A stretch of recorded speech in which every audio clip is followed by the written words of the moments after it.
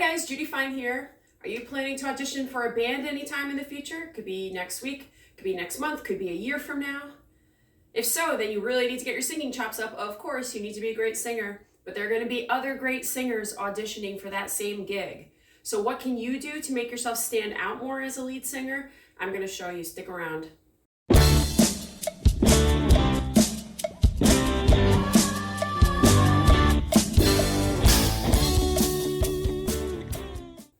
So yeah, you need to have great singing chops if you want to front a band. You also need to be a lively person who's not afraid to talk to the audience.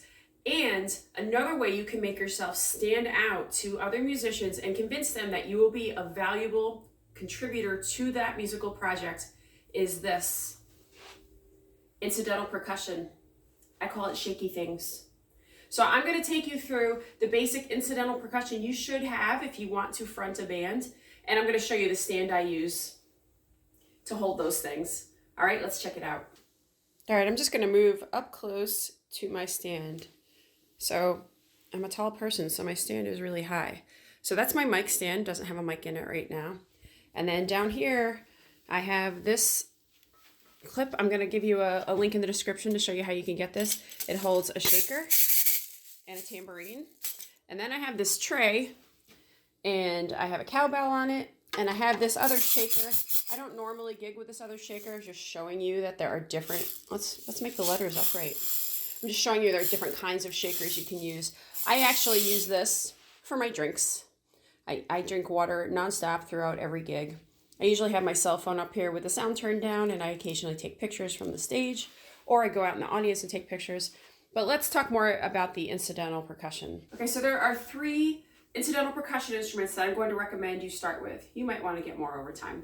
But the 3 that will make it so you can do almost any song in any band performance are the cowbell, shaker, and the tambourine, okay? So I'm going to just show you some basic stuff about this, because it's not enough to have the percussion and the cool stand.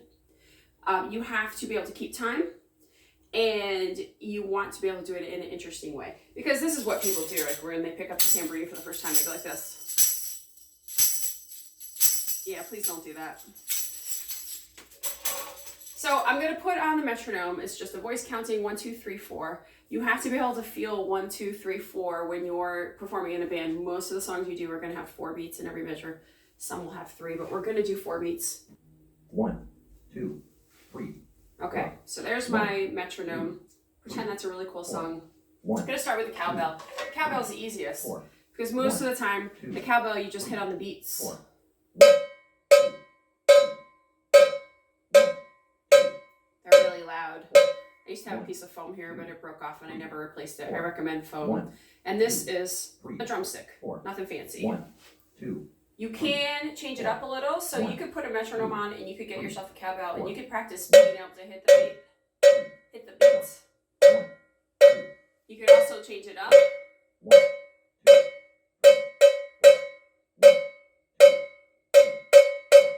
Okay.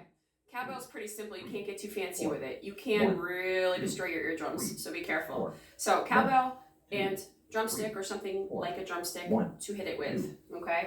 This is how you hold it. You hit the edge there, and again, I recommend having foam there. It won't hurt your brain so much. Right? That's the cowbell. Pretty basic. Probably a good starting point, because it's just hitting on the beats. Shaker. Now you may want to find like a YouTube video to help you with more ways that you can be great at a shaker. I haven't looked up a YouTube video on how to use a shaker, but I'm positive that they exist. So this is one that you can twist, so I kind of like that. Cletus will not stop counting. So let me turn him off for a minute. Okay. So the idea of the shaker is you have to remember that the beads inside hit when you move forward and when you move back. So it's not just the forward direction, you want to get the back direction. So it's da, da, da, da, da. They both need to be in time. So you hold the shaker flat, you try to even out the beads that are inside it. And you make sure that the forward and the back are both on the beat. 1, 2, 3, 4. 1, 2. Could be like that. 4. Or 1, 2, 3, 4. 1, 2, 3, 4, 1. It can also help if you feel like there's an invisible wall here. 1, 2, 3, 4, 1, 2, 3. Help you keep time. 1 and 2 and 3 and 4. 1, 2, 3, 4. You just have to practice it. Your arm's going to get tired at first. 4, 1, 2. Don't trip on your stand. 4, 1. So that's the shaker. Now this is one that turns 4, and it changes the sound. So you have beats going this way and this way, this way, 3, and this way, and changes the sound a little bit. 3. And you can also, if you want to have a softer sound, try to do it in a circular motion. 1, 2, 3, 4, 1. It's a little bit slow for that. 4, 1, 2, 3, 4, 1, 2, 3, 4. It's a minor thing, this and the cowbell and the tambourine, but they make a big difference in a song. They make songs more interesting. 3, 4. So, Cletus, stop for a second. 3, 4. So the tambourine is probably the most interesting to me, and you can do the most with it. There are lots of ways you can use a tambourine. Again, do some YouTube searches and you'll find more examples. But in a general sense, you have to be able to keep the beat. And you also have the back and forth like you have with the shaker.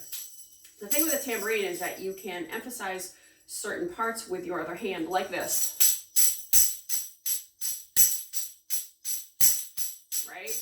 So if I put Cletus on, 1, 2. Cletus is what I call my metronome. If you haven't figured that out. 3, 4, 1,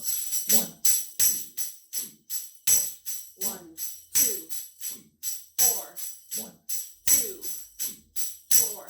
1. Nobody wants to clap on 1 and 3. Never clap on 1 and 3. 2, 2 and 4. 4, 1. 1, 2, 3, 4, 1, 2, 3, 4. You'd be amazed. I've gotten compliments on my tambourining. I've had people tell me they just love to watch me tambourine, which I would rather them love to hear me sing. But anyway, 1, 2. you could also do something like this. 4, 1, 2, 3, 4, 1, 2, 3, 4, 1, 1. I'm not doing a good job. There we go. 1.